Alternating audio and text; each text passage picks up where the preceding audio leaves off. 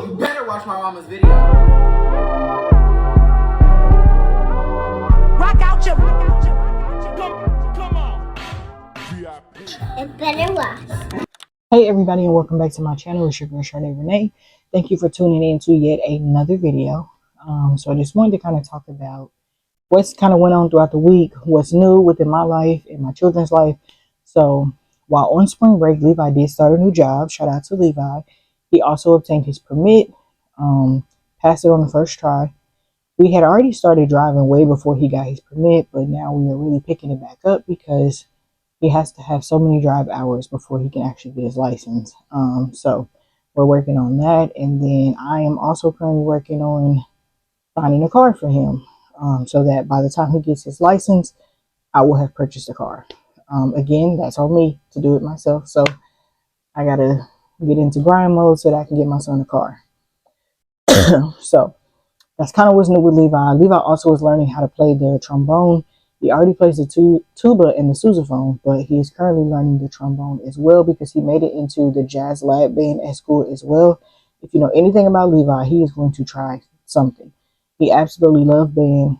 He loves music, and he's willing to kind of try whatever. So shout out to my son for that. That's kind of all this new that's going on with Levi. He's finishing up his sophomore year. I will have a junior come August, so technically the end of May I'll have a junior, but he starts his junior year in August, so I'm super happy for him. It's time to start doing some college tours, SATs, all the things. So that is what's planned in the future for Levi. Now as far as Carter goes, whew, if only I knew all that it took to get Carter to the place that he is in now. We went to a ceremony the other day, me and Levi and Carter, for honor roll. Not only did he make honor roll, he made high honor roll. Now, I always knew that he could do this because Carter is a genius. The boy is extremely intelligent. Whenever it comes to his schoolwork, homework, math, whatever it is, he's going to do it. He doesn't need my help. It's very rare that he has to ask me for help. He's going to knock it out, get it done, and get it turned in. What we struggled with was behavior. It was never academics. It was always behavior. Carter, I want to say, when he started kindergarten, he was already way ahead of his time. Both kids were always ahead in their classes.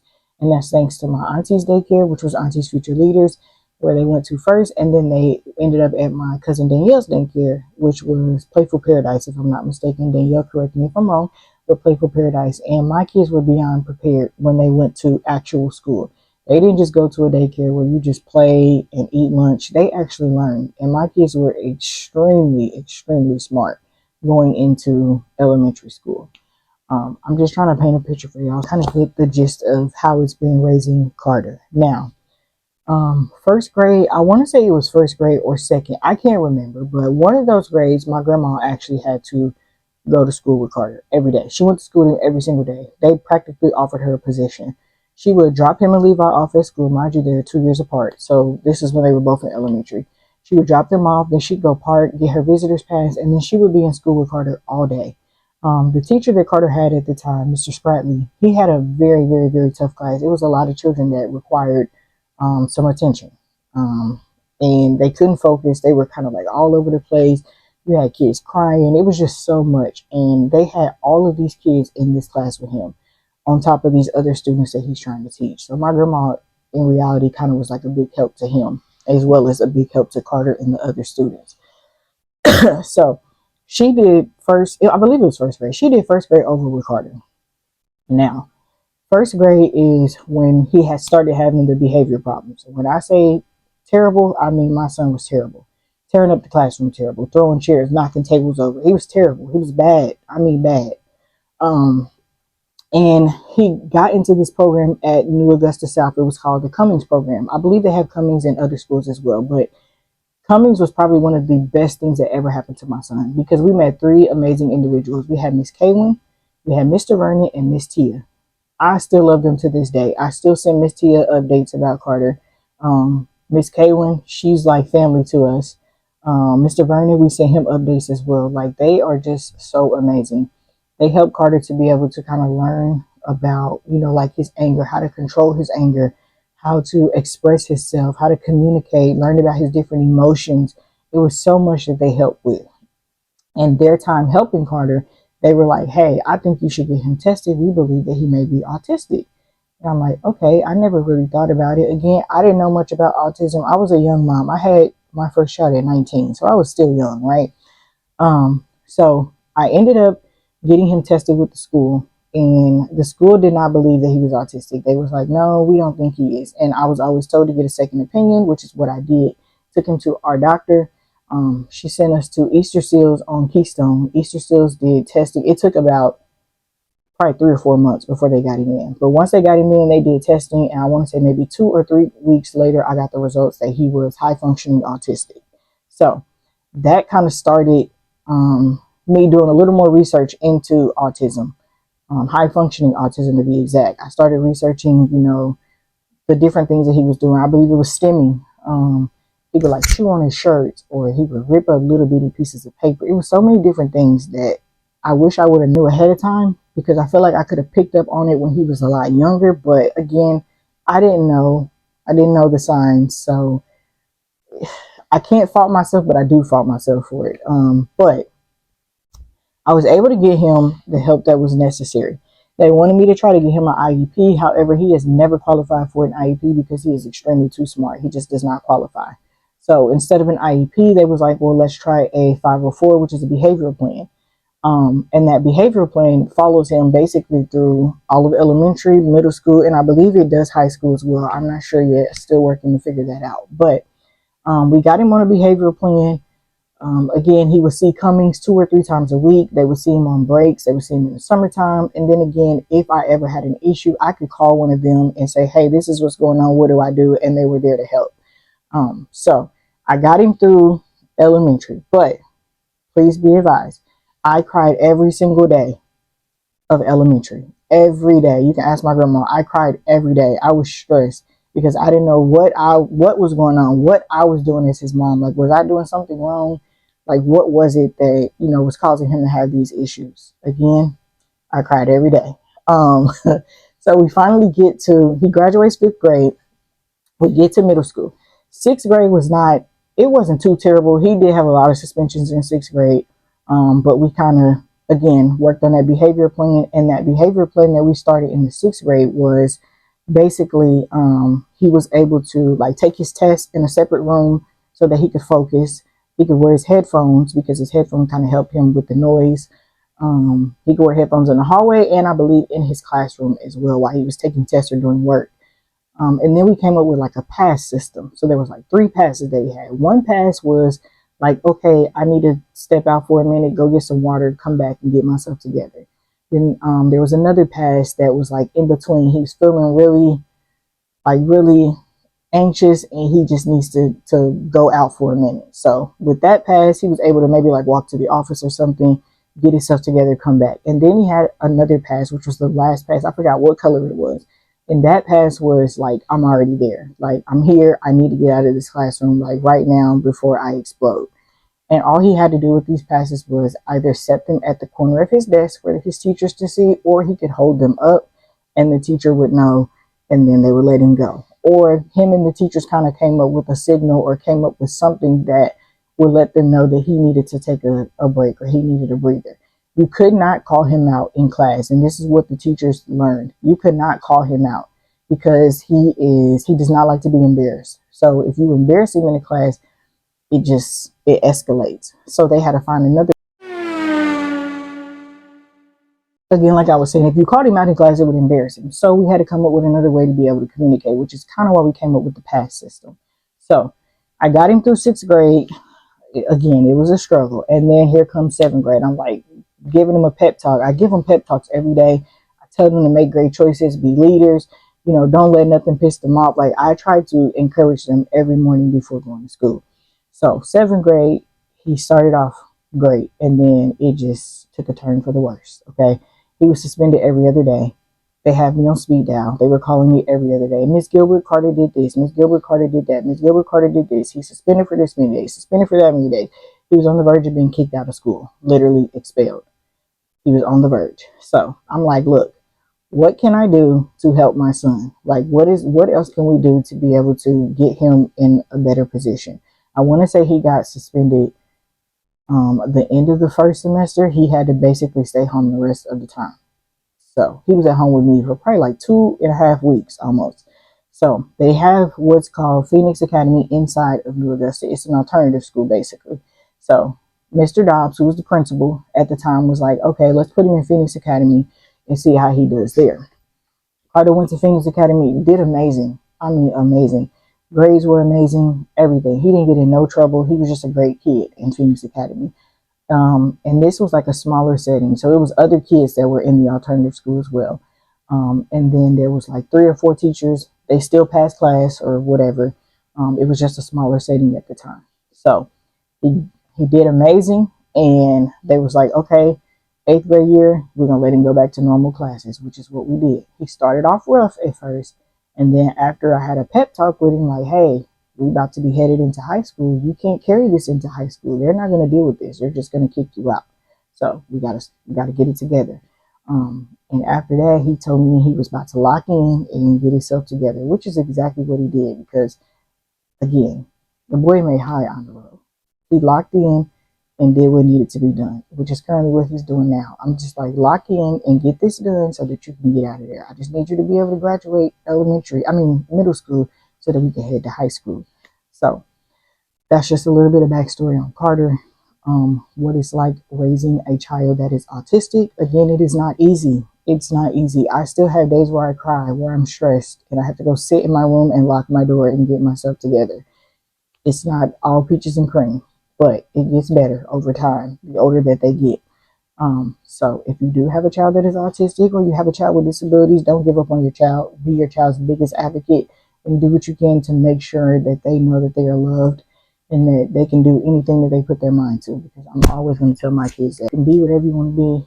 You can do whatever you want to do. Whatever you put your mind to, you can do it. So I'm really big on that. Another thing that I did want to talk about for parents is noticing the signs of depression when it comes to children, because kids nowadays they are very aware of their emotions and things. I feel like they deal with more stuff than we dealt with when we were in school. So if you notice signs of maybe your child that was usually more talkative, always fun, laughing, is more quiet, sitting in a dark room, not wanting to do anything, sleeping, get your child the help that they need, please, because I had to do it for my oldest. Levi suffered with anxiety and depression, and I had to give Levi the help that was necessary to be able to get my son back on the right track. I noticed it early. I picked up on it. I got him into therapy. I got him whatever medication was necessary to be able to get Levi back to his normal self. And I will say that since then, it has been amazing. I do communicate with my kids more. I tell them if they need to talk about whatever it is, we can talk. I have an open door policy.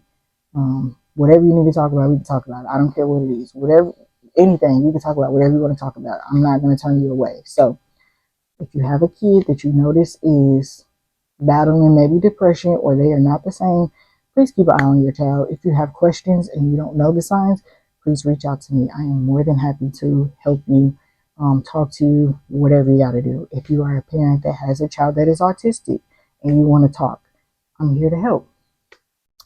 So yeah, that's kind of what's going on with my children. Now, I need to talk about what's going on within myself. I know that I'm currently going through a transition phase in my life. The reason I say that is because I said that I wanted this year to be the year of becoming her. And I feel like I'm walking into that new era that I have for myself. I I know that growth is uncomfortable and it's an uncomfortable process. It's not going to be easy.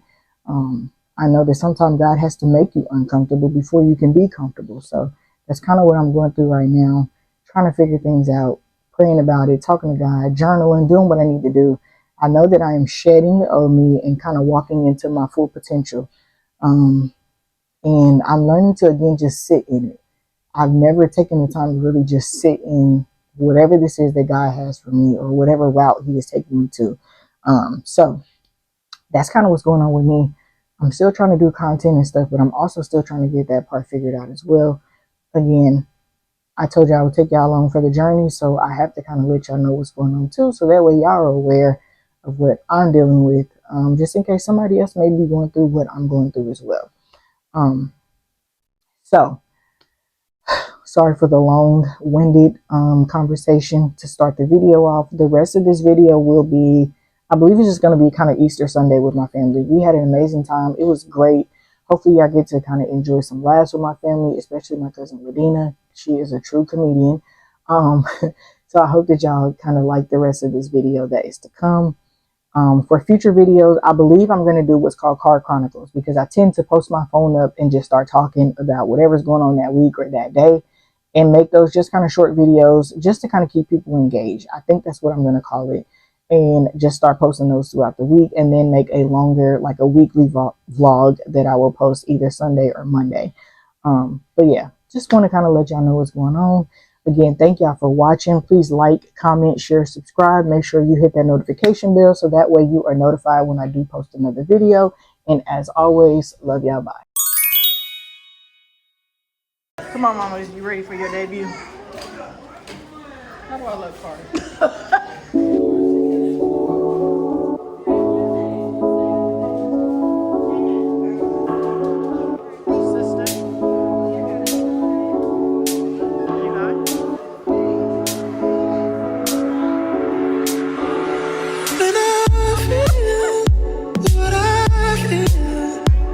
Sometimes it's hard to tell, so you may not be in the mood to learn what you think you know. There are times when I find you wanna keep yourself from me. When I don't have the strength, I'm just a mirror of what I see.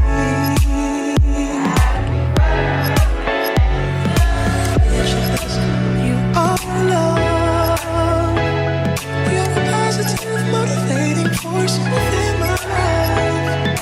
If you ever feel the need to wonder why, let me know. Let me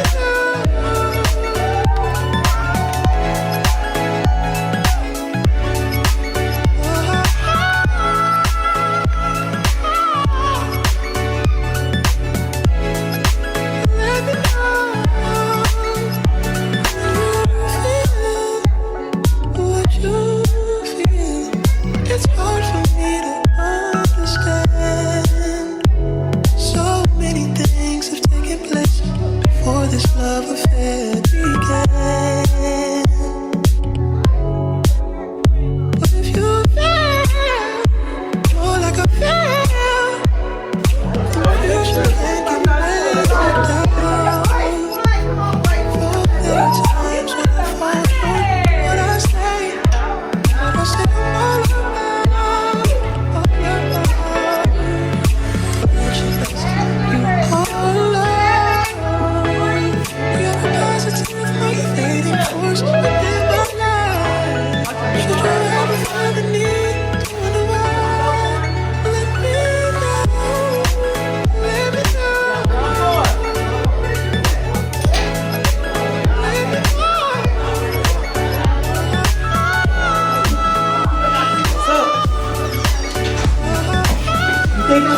I think he's choking.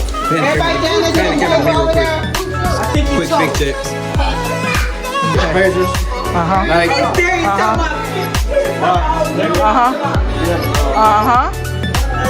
whole family, we all fresh, man.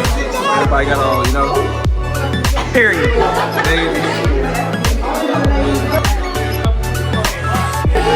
ahead. Everybody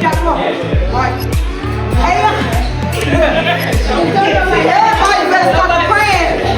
I'm trying to tell you for Jesus' sake. Ayan said let me sit down and take a break so he can sit down in front of the cage.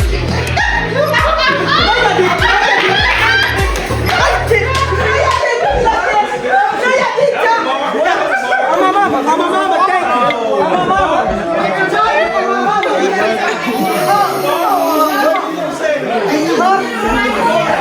Start praying. I think it's for Jesus' sake. Ayan has to take breaks so he can sit down in front of the cage.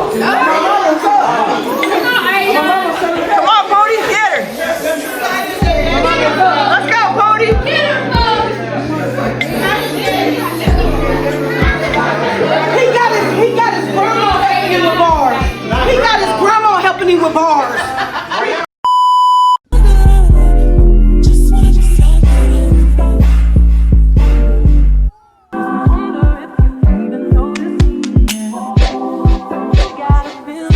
VIP.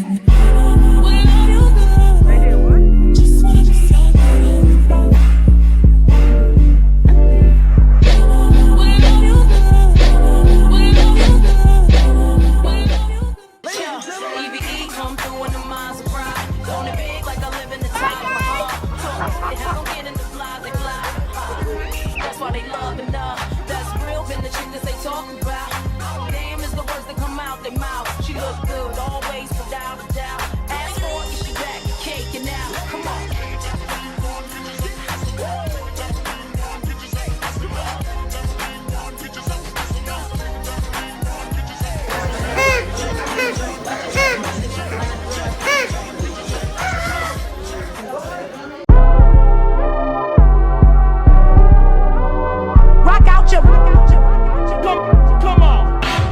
VIP.